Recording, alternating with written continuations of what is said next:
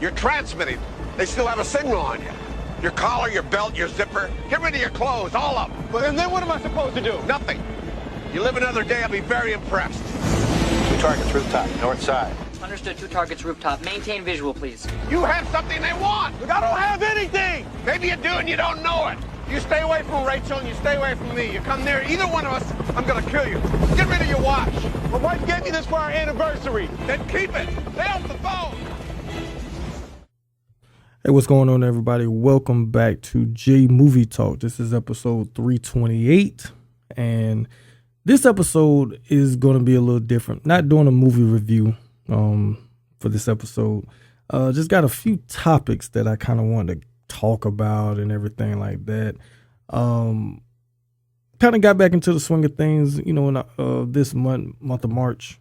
After taking some time off between February and when I did the Gene Hackman episode. And then, of course, I did the Leprechaun commentary episode for episode 327. But there have been like a few things I did want to talk about. So, you know, I decided, let me do an episode just kind of talking about a few things. Going away from reviewing movies and everything. And you probably will get me doing more episodes like this and everything. So kind of getting into what I'm going to be talking about this episode. So I'm going to kind of go back over, revisit at least I should say, some of my Gene Hackman topics.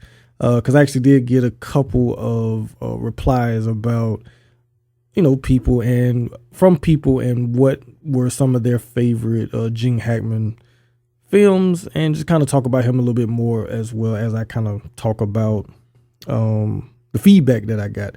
Also, too, going to be going through talking about some Happy Gilmore 2 trailer since that was released. I saw that and I decided, what, let me kind of talk about that a little bit because I do have a few thoughts about it. And then there's a few other topics that I'm going to get into for this episode. So this is going to be a packed episode and everything. So going back to episode 326, where I gave my top 5 favorite Gene Hackman films. Like I said, I had a lot of fun talking about that, even though it was under sad circumstances with him and his wife passing away recently. But it was kind of cool to go back and talk about some of his films and stuff like that, even though I have reviewed the Poseidon Adventure way back when on the pod. And I think before this year is out, I think I might review a few more Gene Hackman movies on the podcast. So, yeah. So getting back into that, I want to go to the feedback. So I'm going to start over on Instagram first and go with the feedback that I received over there. So this is from Inside Joke, Outside Voice. It's a comedy improv hosted by Robert Patrick and James Hatton. I'm not sure which one runs the Instagram account and everything, but they left their list for Gene Hackman, their favorite Gene Hackman films. So they said Superman, Crimson Tide, The Replacements, Young Frankenstein, and Absolute Power. Now, I'm kind of glad they threw Absolute Power in there because as I was talking about Gene Hackman on my episode and everything, I realized I think he's one of the reasons why I like thrillers the way I do. And Absolute Power is a really good movie. And especially with the whole subject of the president, and doing some not so cool things and him having absolute power. It was very timely if you think about it now. And the fact that, it was the team up again of Gene Hackman and Clint Eastwood again. And for some reason, Gene Hackman always has to play a no good character in a Clint Eastwood movie, right? Even though, like I said in episode 326, is how you perceive Little Bill, Gene Hackman's character in Unforgiveness, how you perceive it. Is he really a bad guy, or if he's not really a bad guy? So it's all how you kind of perceive it. But in absolute power, he really is not a good guy and everything. But I really enjoy that movie a lot, and I do feel like that is a 90s gem and everything.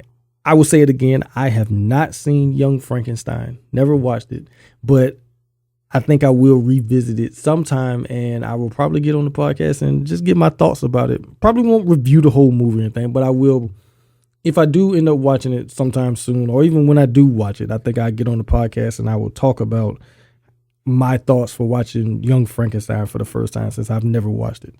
The Replacements, I've seen the movie a few times. It is an interesting movie.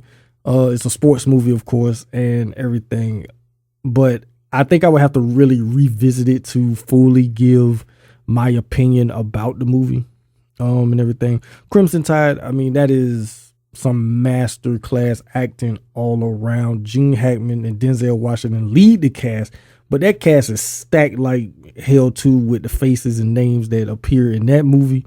And it's a very tense movie. Like I said, Gene Hackman is, Gene Hackman is one of those actors, he was one of those actors that he could play a really good asshole.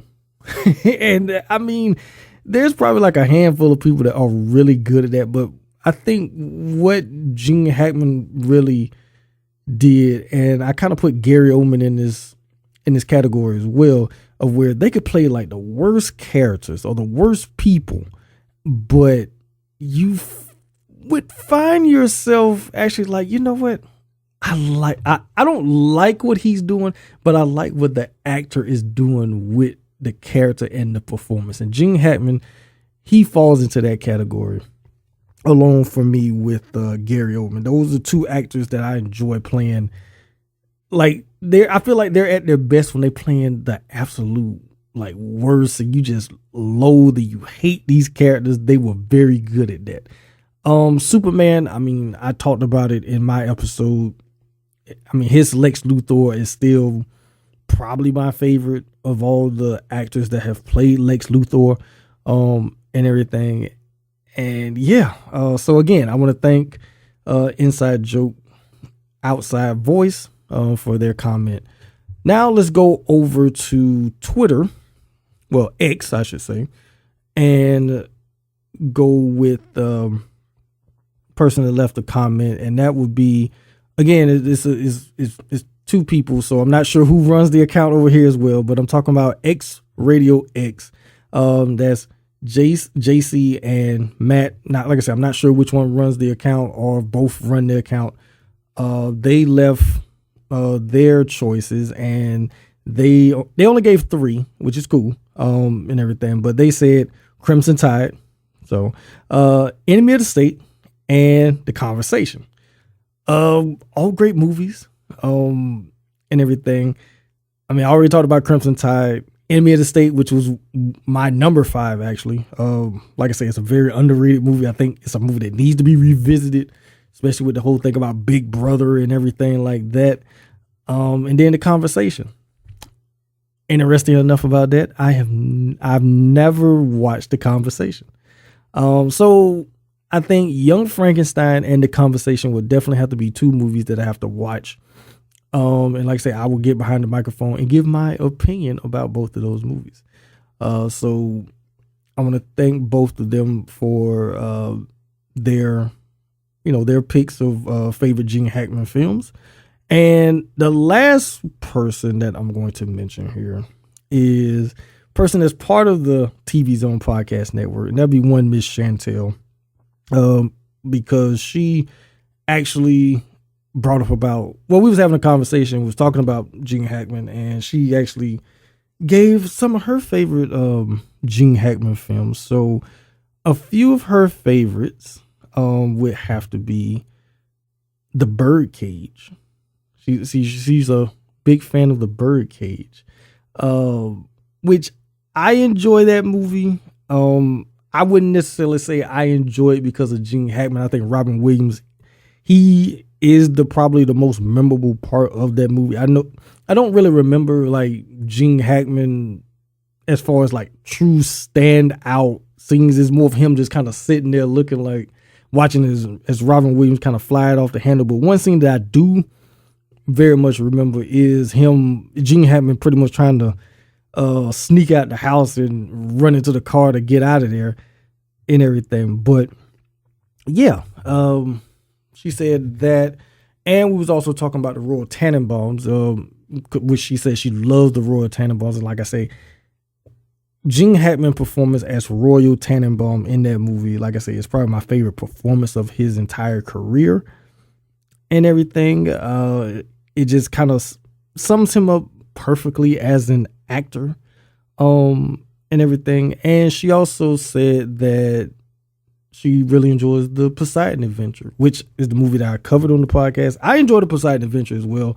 And it is different seeing Gene Hackman playing a preacher and how he takes the lead of leading the survivors, to safety basically. And like I say, having to deal with Ernest Borgnine every turn, questioning his every move or whatever. But yeah, those are her choices as well. So I want to thank everyone for leaving their comments about favorite Gene Hackman films. I will let each one know that I'm giving them shout outs. So, and everything like that. I appreciate it, and hopefully get more as I go along and I ask questions and get more feedback, because I want to get back into doing it again. I know I used to do it, and then I kind of got away from it, asking for feedback and stuff like that. And people would give me feedback.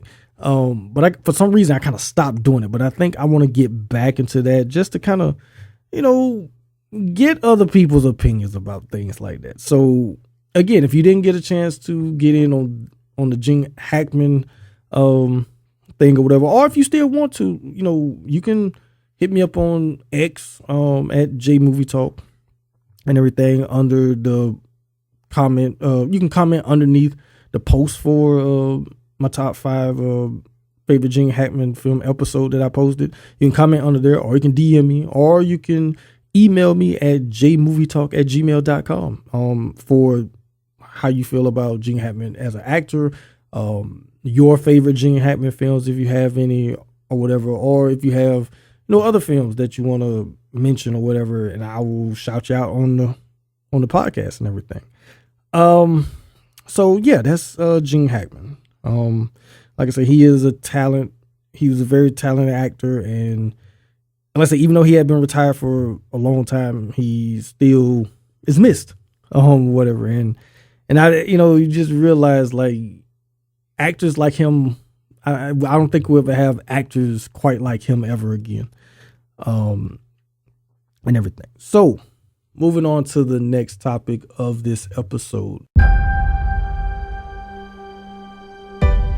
Arnold, Jacko, Tiger, SpongeBob? What is that? What's with the beaver teeth? I haven't swung a club in years. I'm a little intimidated. All these guys hit it big now. I don't know where to start. Come on, brother. Grip it and rip it. I guess I need to update my happy place to something a little more age appropriate.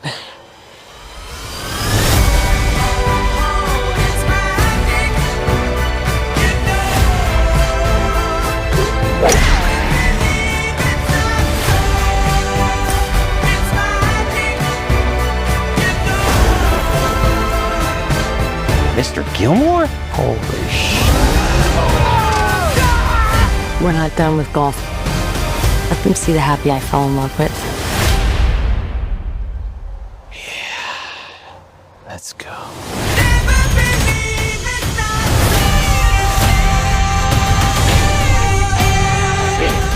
We'll put a little extra into this one. I am so sorry.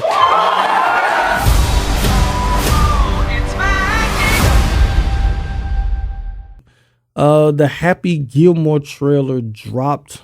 Now I must say that I'm a fan of the original Happy Gilmore. I think that late 90s Adam Sandler run is probably one of the best comedic runs and everything, especially from the SNL cast. He's right up there with Eddie Murphy, as far as SNL cast members who transition to film. I think his run is very much up there as well, and everything. And Happy Gilmore was one of those movies. I mean, it was just something funny and cool about it. The fact that here you had this guy who was so dead set on being a hockey player, but he was not good at hockey. And by random chance, because of the fact that his grandmother's house was in jeopardy, he decides to start playing golf. And it didn't matter that he was not winning tournaments. As long as he was getting money, he was getting that check. That's all he cared about, just so he could save grandma's house and everything. And then he becomes this sensation because he could drive the ball like no one ever seen before, but he couldn't putt worth a damn. And just all the stuff that went along in that movie. I mean, at its core, it is a movie that has heart, because, like I said, he's doing it for a good thing. His grandmother is about to lose her freaking house, and everything. He's doing everything he possibly can to save grandma's house, right? Like I said, it was a huge hit movie. Everyone loved it. And here in recent years, it kind of started getting rumbling like, we might get a Happy Gilmore 2. And then, he put it out there like, yeah, it's actually happening. And then he started posting, stills from, the movie and everything. And now the trailers got released. So I watched the trailer, and it kind of makes me wonder, because here we are with a mid 50s Adam Sandler. Well, Happy Gilmore, but it's still Adam Sandler, right? And in recent years, we have been getting these sequels that are years after the original. Like, I mean, just using Eddie Murphy as an example, we got the Coming to America. We just got Beverly Hills Cop 4, and everything. So, I mean, I doubt we'll get another 48 hours. I doubt we'll get that. But still, I mean, Eddie's kind of going back to the well of certain franchises of his that, he wanted to expand on. And it seems like Adam Sandler is kind of following the same, trend and everything like that with Happy Gilmore. And like I say, after watching the trailer, I mean, I like the trailer. From what I saw in the trailer, I liked it.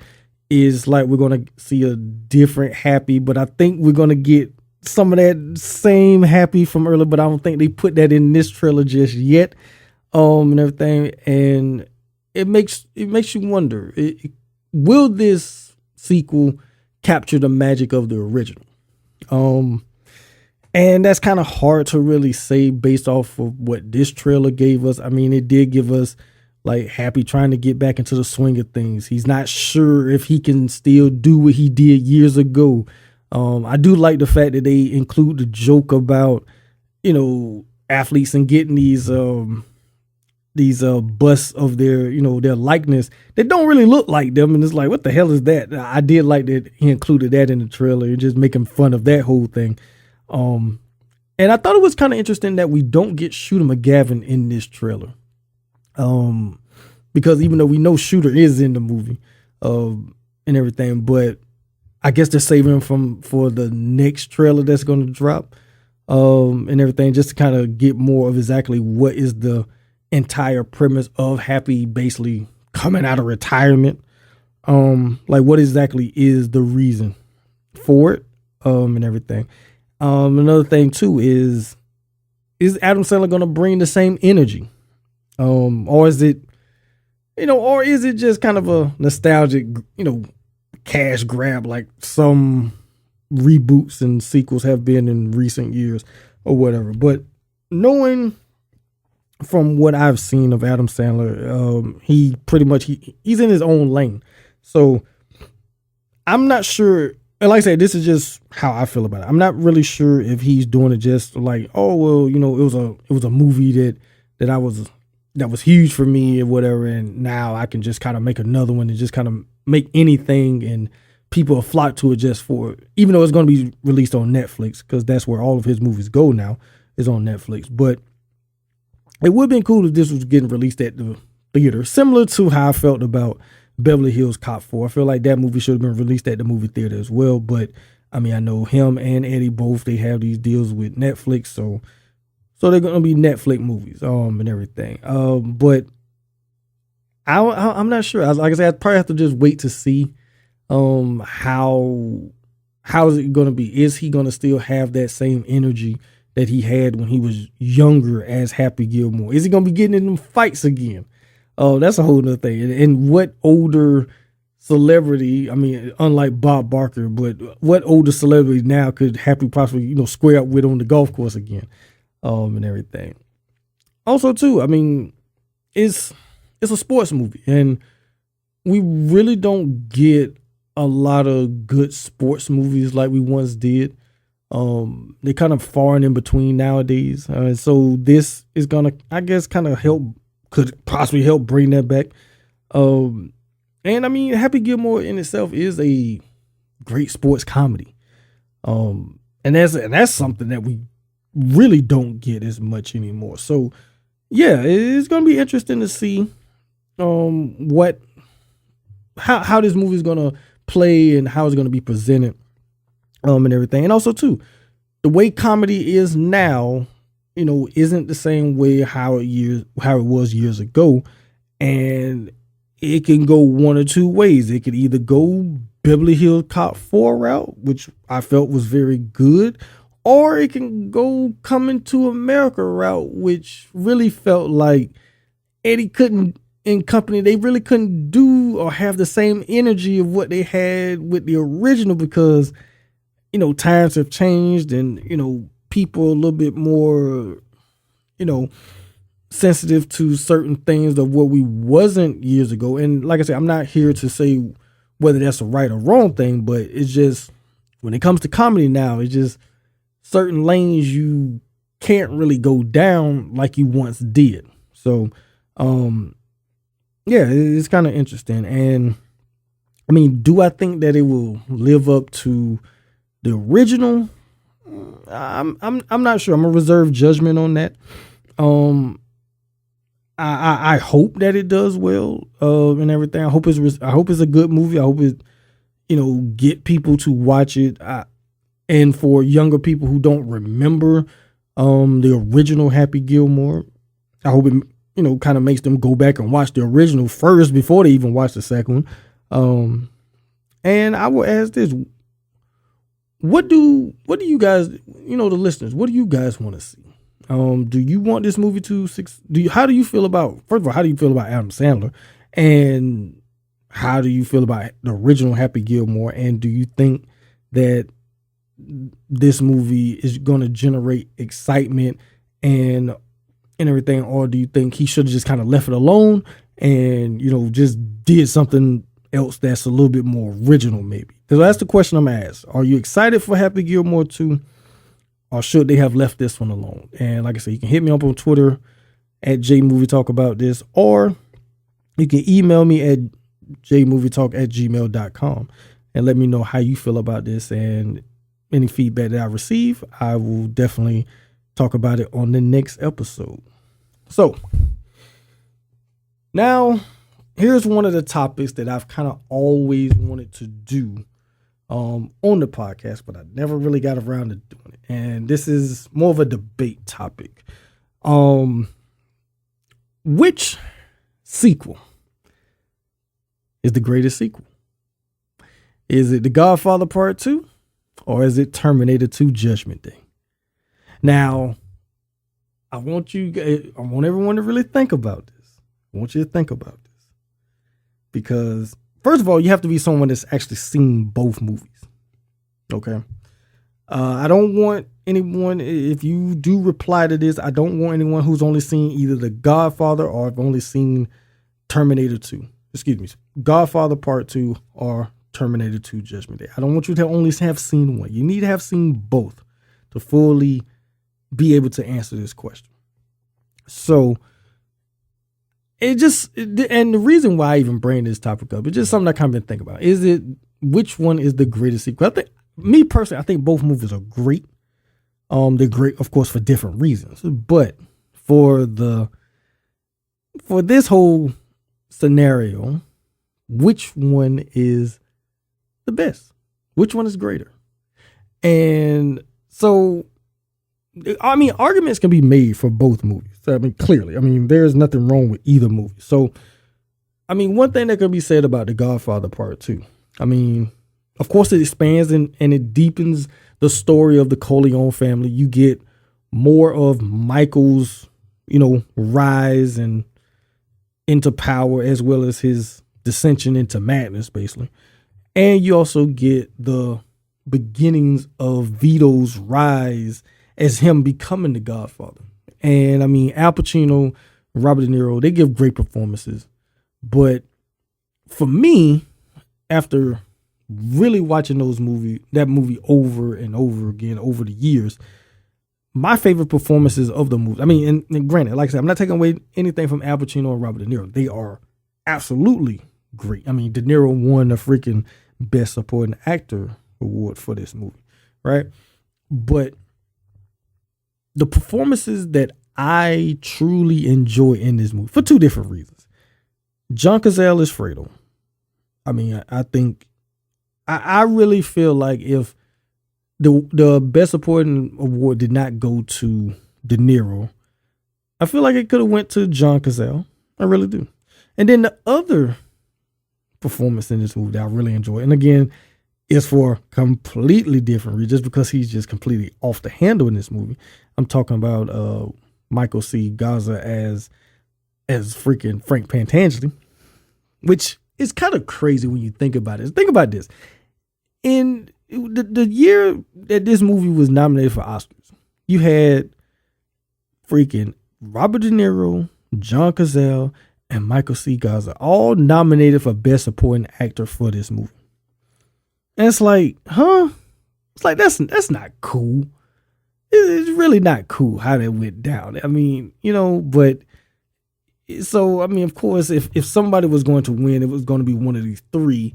But yeah, so like I say, but his performance as Frank Pantangeli, like I say, the man is a complete madman in the movie.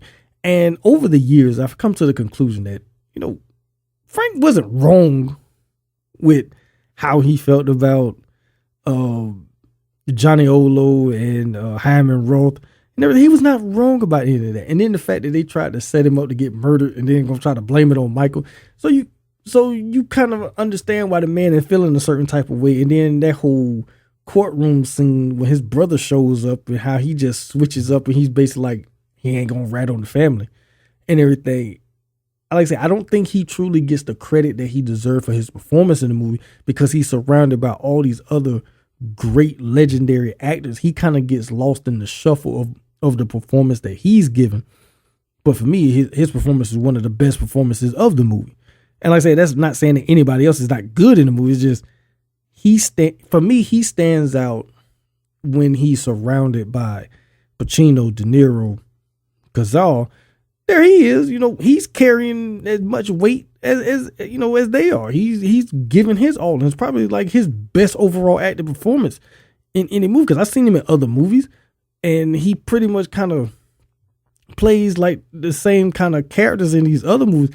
But here, he gives a little bit of what you see of him in other movies, but he gives just a little bit more, especially that whole conversation with him and Tom in prison about families being taken care of, and he know that he basically has to sacrifice himself so his family can be taken care of. That's a great scene, with him and everything. So yeah, and also too, it is one of the few sequels to win the Best Picture award also. So like I said, that's the case for Godfather 2. Now, for Terminator 2 Judgment Day, I mean, the movie has a little bit of everything. You got action, you got sci-fi, you got some humor in it as well, but also it's an emotional movie and everything. I mean, this is probably like Arnold's, for me, is probably one of his best acting roles, and he's doing stuff in a very nuanced way where it's like, I don't know what it was. It's like he tapped into something that he never really tapped into again in his acting career, of where he could be this machine basically, but he's probably the most human of everybody. And the fact that he's learning and he's becoming more human as the movie goes along, and he's not even human. I think there's a lot to be said about that, and the relationship between him and John. And it's even said by Sarah in a voiceover about how this is the closest thing to a father that John is going to have, because he's never going to hurt him. He's never going to disappoint him. He's going to always be there for him. He's going to sacrifice himself to protect him. That says a lot about the character of the T-800 in this movie, and just how Honor is in the movie. I mean, like I say, Honor has been in some great movies and everything, but I feel like from an acting standpoint, this might just be Arnold's best acting job, in my opinion. That is. Another thing too, in '91, this pretty much changed the game when it came to movies. The visual effects, with the T-1000 and also too with Arnold, the T-800, with the whole machine and human and stuff like that. The special effects in the movie is great, and it's still great even to this day, and everything. And it takes the franchise in a completely different, direction, especially with the fact that you go away from making the T-800 the villain to where you make him the freaking hero. Because, the only time that Arnold is the bad guy in this franchise is the first movie. After that, he's the hero from there on out. And it's wild when you really think about it, and everything. But, those, like I say, there are strong cases on both sides. And like I say, which one is truly the greatest sequel of all time? Is it The Godfather Part 2? Or is it Terminator 2 Judgment Day? Now, I understand that there could be other contenders. You're probably like, Jay, why are you picking, only The Godfather 2 or Terminator 2? Well, I only went with those two. But there are cases to be made for others. I know people how they feel about Empire Strikes Back. I know how people feel about The Dark Knight. Even Aliens, I know how people feel about that movie. There are a lot of great sequels, but I just decided to go with two completely opposite end movies, and two movies that in a way they're very damn good movies, in the sense of, if there was no original film, these films could stand on their own. If the first film was The Godfather 2, or the first film of that franchise was Terminator 2, they could literally stand on their own as, just, they don't have to. There doesn't have to be anything that came before it in the franchise to make these films be that great. It really don't. So, question I ask again to you guys. Which is the greatest sequel? Is it Godfather Part 2 or is it Terminator 2? Like I said, you can definitely let me know about that. So now here's this wild thing that I've always thought about as someone that watches movies, and everything. And I'm pretty sure when I talk about this, anyone who has watched a lot of movies will probably, I think a light bulb will go off in some people's heads, like, yeah, he's kind of right about this.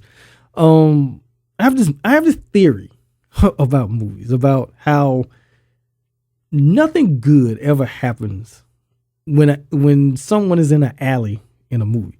And you probably wonder, like, what the hell is he talking about? Well, what I mean is, you ever notice that anytime there's a movie scene in an alley, it always goes bad for somebody. For somebody in the movie. It doesn't matter. It can be a crime type movie. It can be especially a horror movie. It can be an action movie. It's like you go down in the alley, it's bad luck. Something bad is gonna happen to somebody. All right.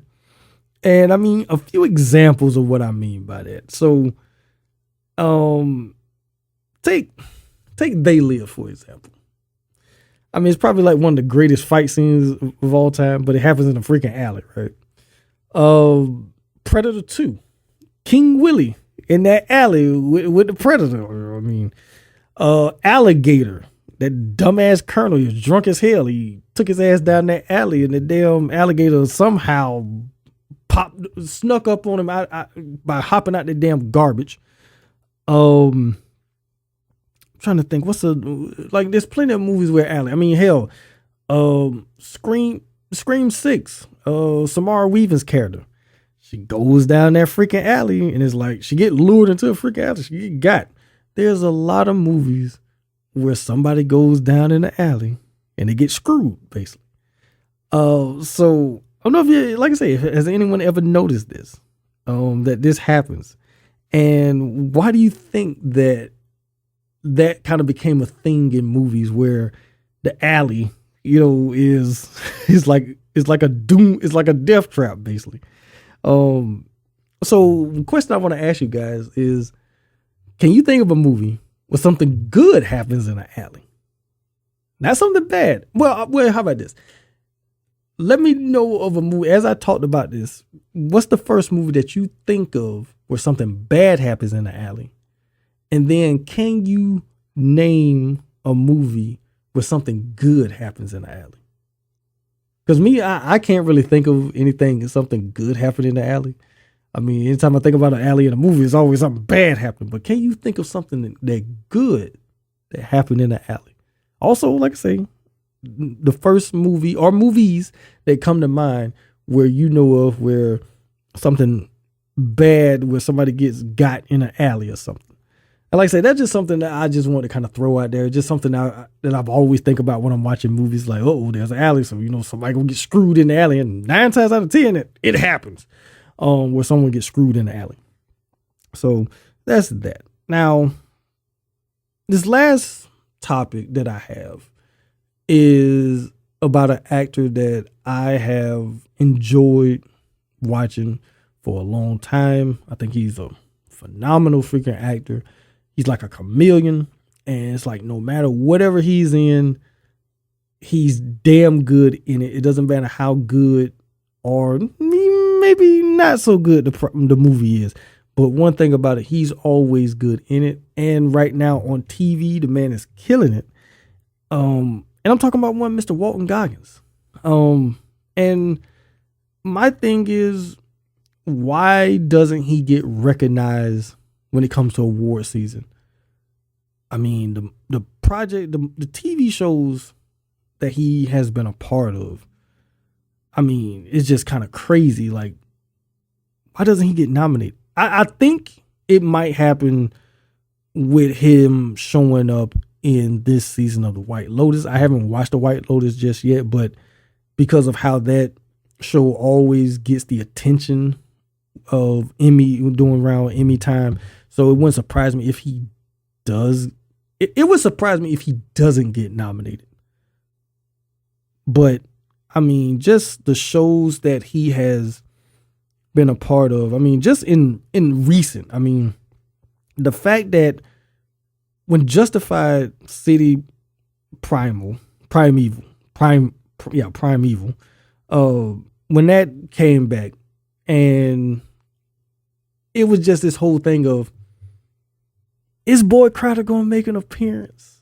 And the way they did it, where they literally wait until the final episode, and how they do that of him, and how him and Raylan have their moment, and then it ends with Boyd breaking out, and he's back, out in the streets, and the whole thing of, well, is Raylan going to go after him?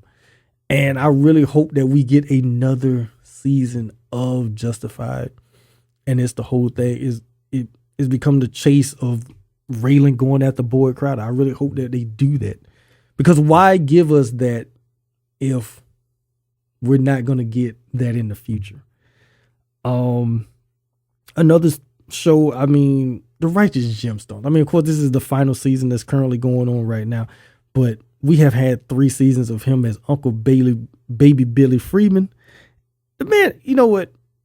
I don't know where he got that, where he came up with this character. Well, I should say where Danny McBride came up with the character, but what Walton Goggins does with the character is just insane work.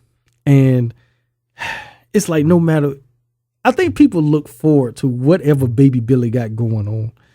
And it's just crazy that he hasn't got no award for that show. It's crazy. And everything. And then also the fact that he's on Fallout and him as Howard Cooper / the Ghoul. I've started rewatching the show and just watching him in it. I mean, the show itself is great.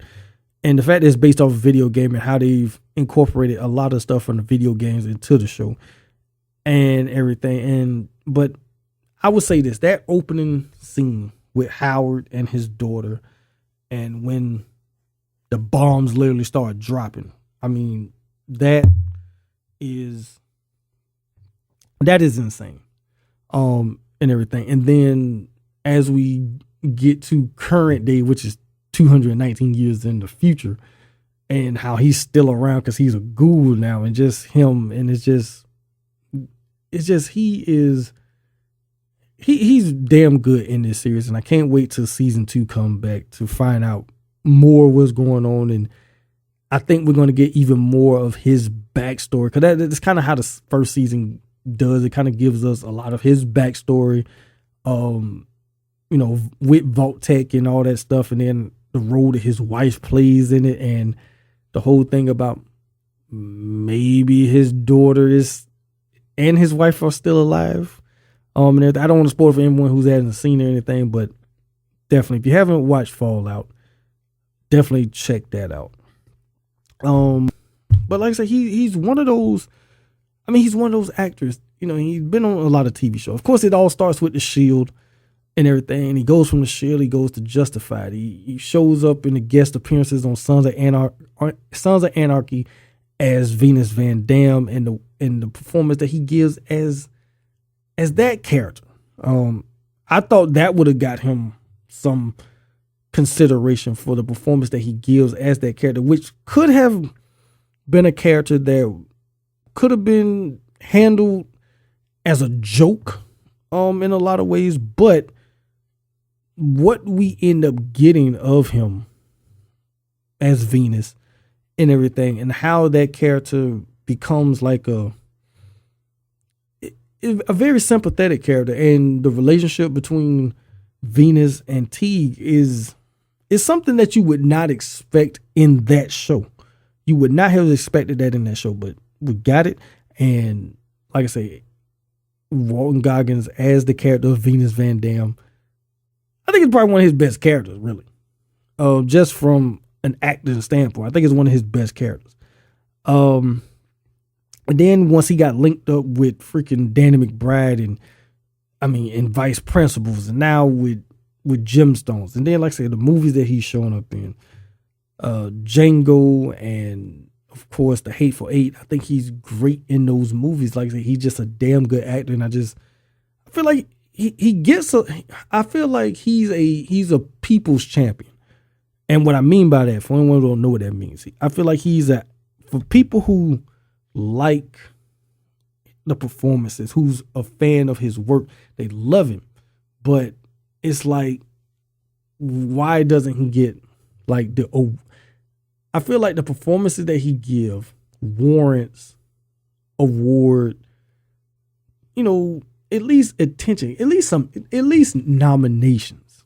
I feel like at least he should be nominated. And especially when you compare him to like certain other actors, and I'm not saying that the actors who have been nominated or anything don't deserve it necessarily, but it's like, what does he have to do to finally, get noticed? Does he have to do a certain type of, TV role, a movie role?